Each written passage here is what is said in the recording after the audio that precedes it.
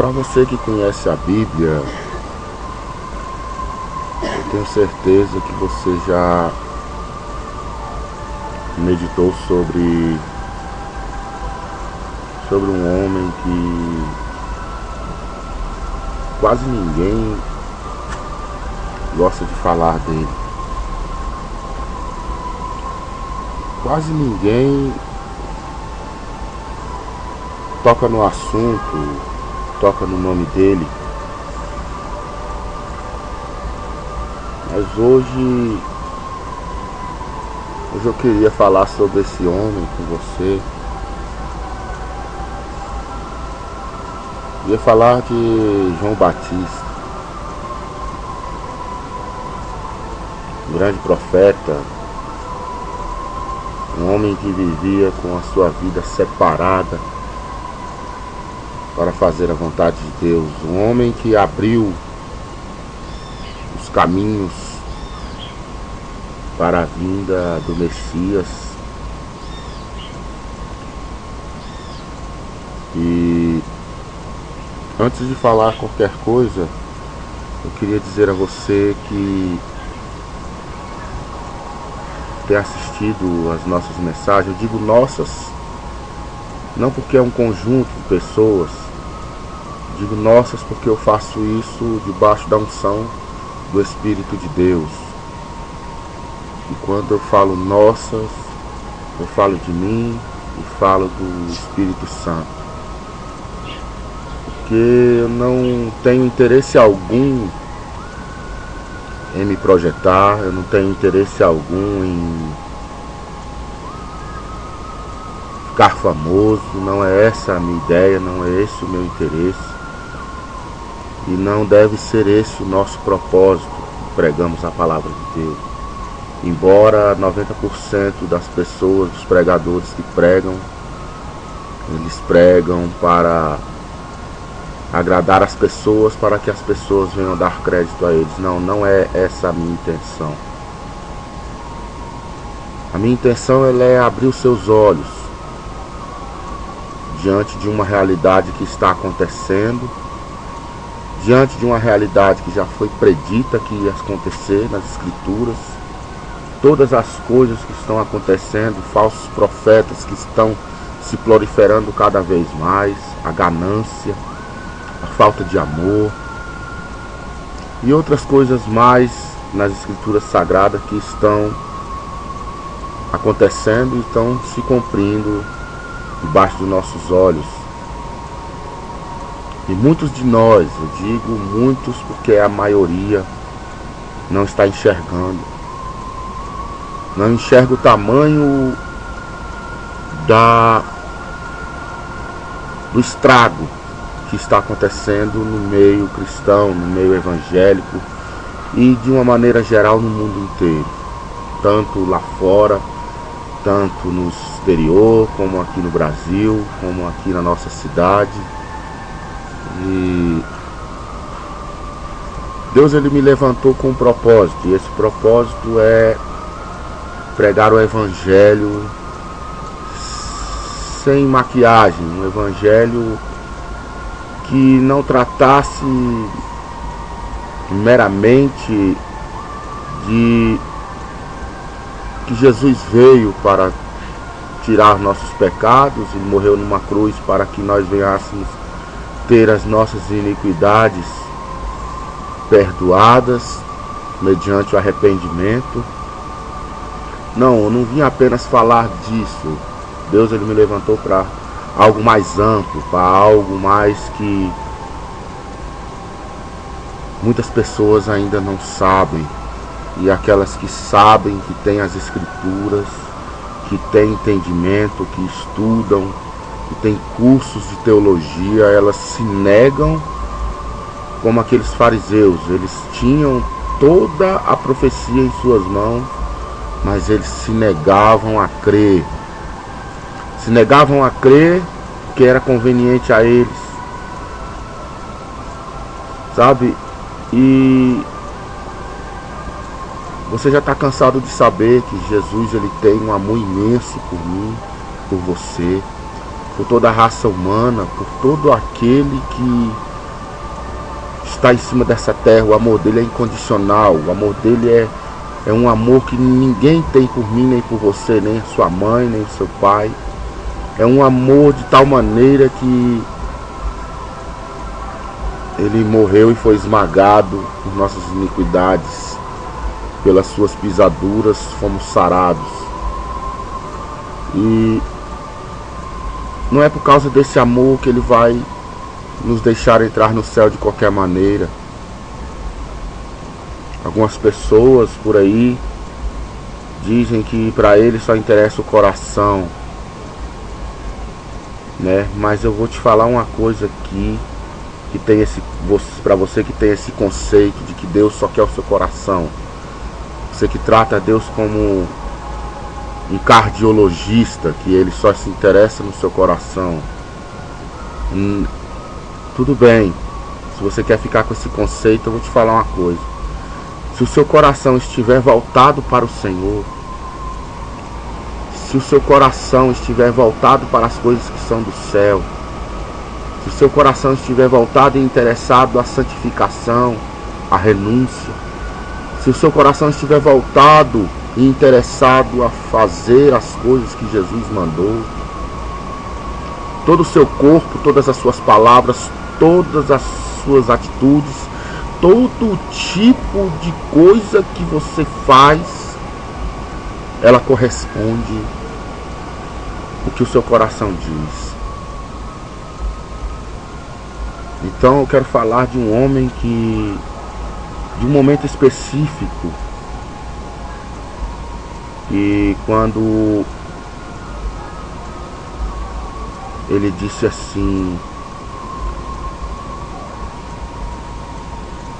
o que virá depois de mim, ele batizará com o Espírito Santo e com fogo, e na sua mão ele tem o cajado, ele tem a pá que limpará toda a eira, e ele colocará o trigo no seu celeiro e a palha ajuntará para queimar. E ele disse uma coisa que é muito interessante e fundamental nessa mensagem que eu quero que chegue até você. Ele disse que ele deveria crescer e que João Batista, ele disse assim: ele deve crescer e eu venha reduzir, eu venha diminuir.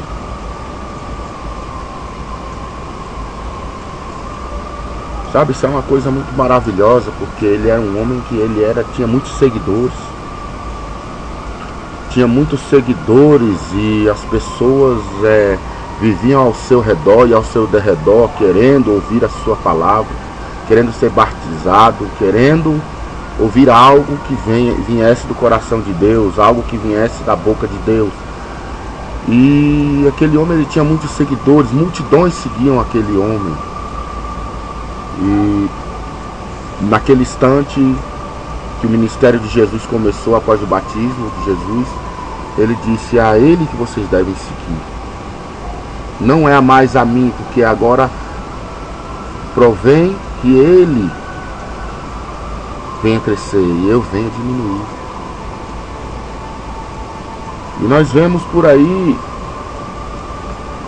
muita gente, mas é muita mesmo, muita gente fazendo totalmente o contrário disso. Pessoas que querem se projetar, pessoas que entram na igreja, sabe, eu fico triste com isso, eu fico tão triste, porque quando eu prego uma palavra como esta, eu prego baseado nas escrituras e também prego baseado no que eu vejo no dia a dia. O que eu vejo no dia a dia sabe, as pessoas, cada uma mais soberba, mais querendo ser uma melhor do que a outra, sabe?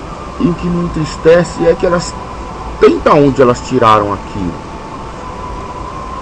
sabe? Pessoas que vão para uma igreja E como novos convertidos, elas estão ali no leite espiritual. Tudo bem que quando nós somos novos convertidos, nós temos que ouvir mesmo esse tipo de palavra, quando diz assim que Jesus cura, salva e liberta, batiza com o Espírito Santo, prospera.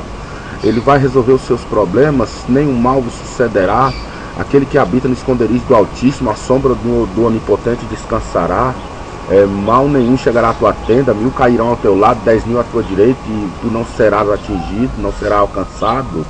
E tudo isso, todas essas coisas, que ele cura as enfermidades, que ele resolve o problema, ele tira do desemprego, ele prospera a nossa vida, ele faz com que nós venhamos verdadeiramente ter uma nova vida, ter uma vida destituída, entendeu? Daquilo que era miséria, daquilo que era prisões de demônios, daquilo que eram correntes, daquilo que eram sufocos espirituais de demônios e de espíritos malignos, daquilo que tudo que era maligno, aquilo fica destituído na nossa vida.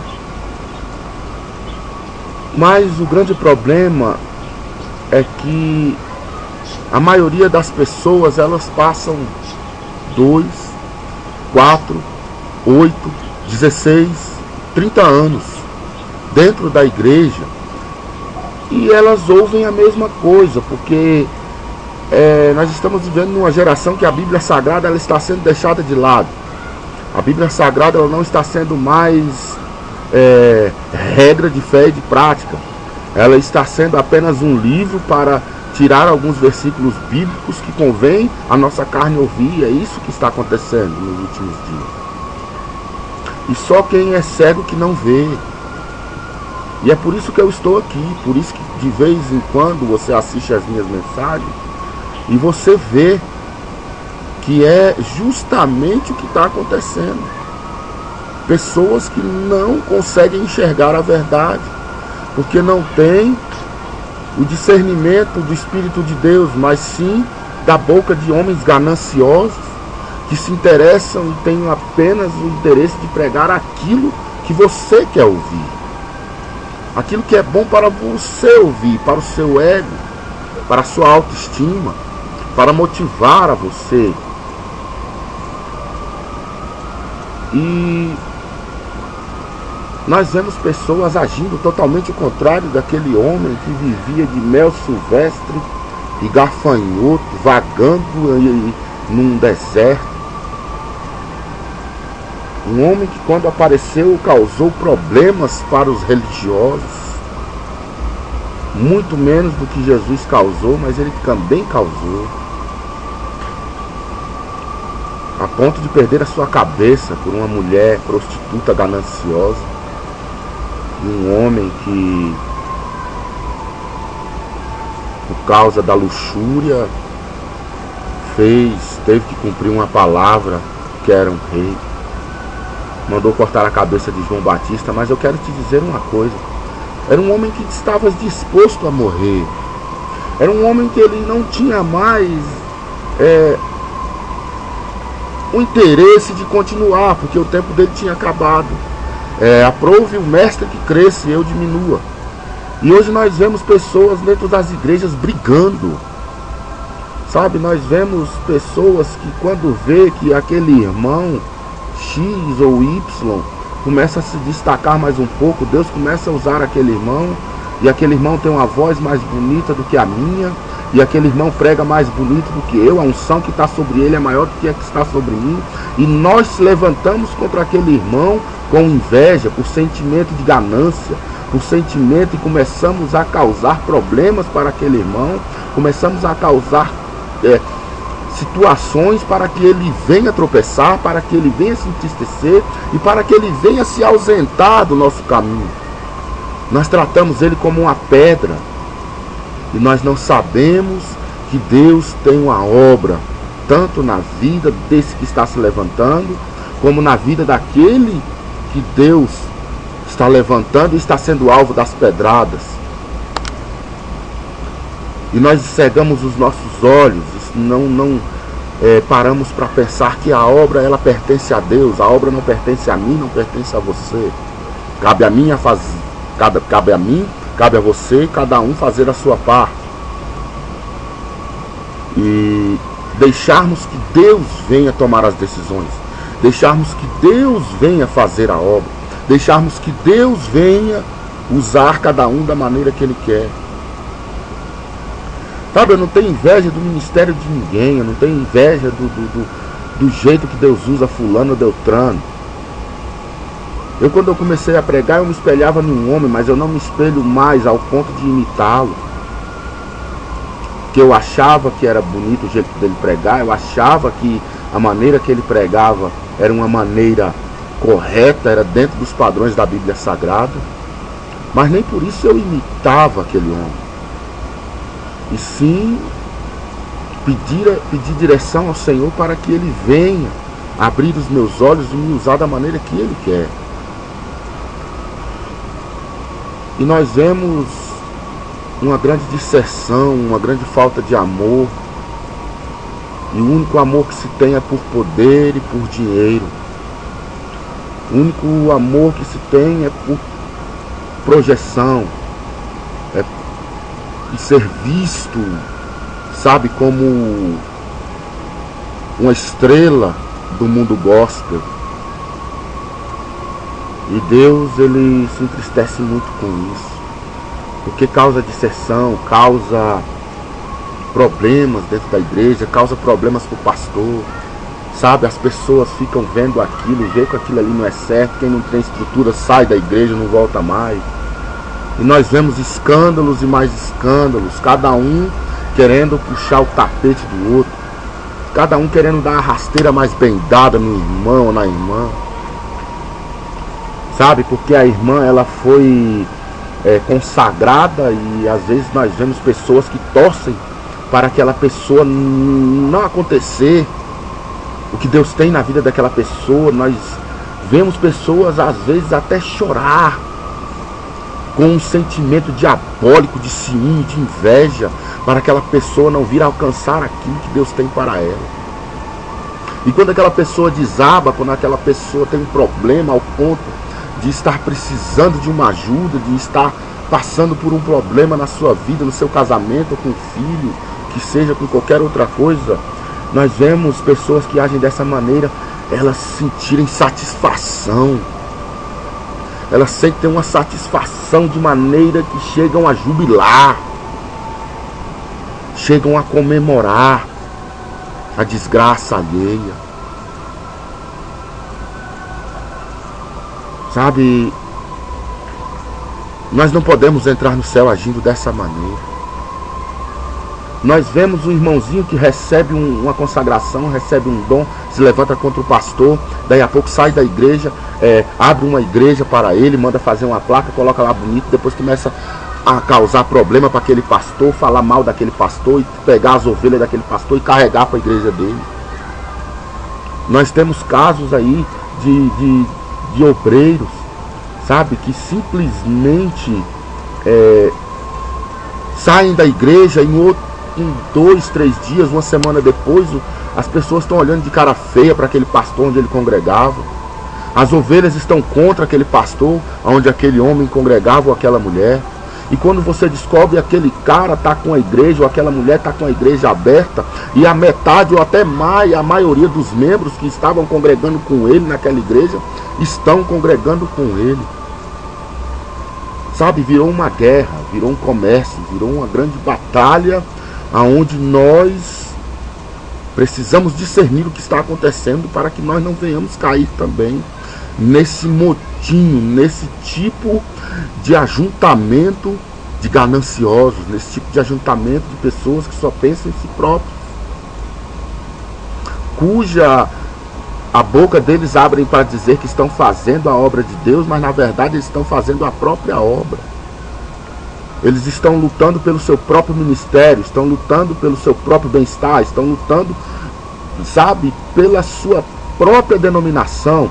E aquela luta, ela vale tudo. Ela vale tudo ao ponto de derrubar as outras pessoas que Deus está usando, que Deus está trabalhando na vida daquela pessoa, está usando ela para ganhar alma, está usando elas para conduzir um povo ao reino dos céus.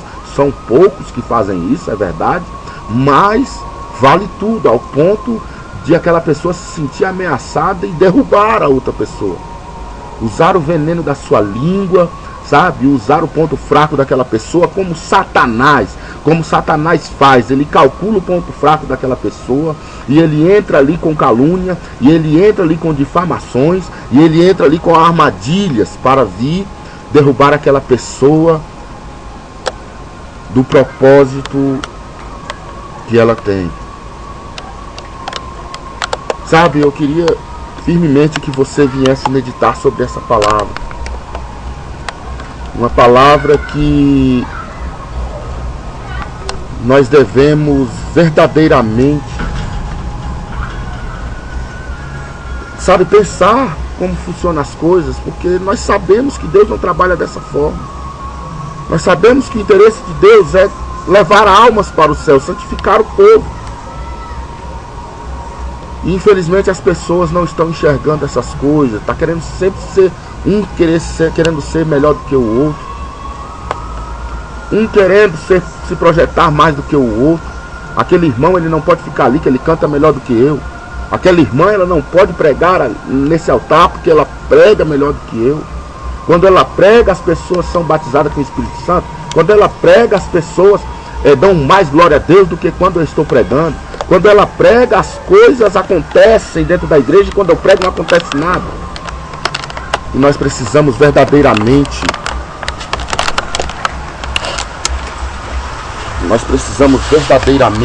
raciocinar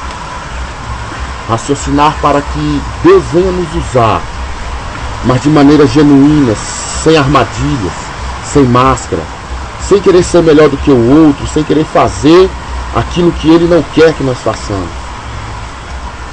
E você que está ouvindo esse vídeo, eu te peço que você me ajude a divulgar esse evangelho, a pregar esse evangelho, compartilhando esse vídeo, comentando ele, para que nós venhamos juntos a juntarmos um tesouro no céu, porque isso é que importa. Isso é que importa, que nós venhamos a juntar um tesouro no reino dos céus, porque o que está aqui é passageiro. E para que nós venhamos a juntar um tesouro no reino dos céus, nós precisamos ter o discernimento das coisas e agir da maneira correta. E que Deus venha abençoar a sua vida, e que você venha tomar essa palavra na sua vida e tomar posse da vitória.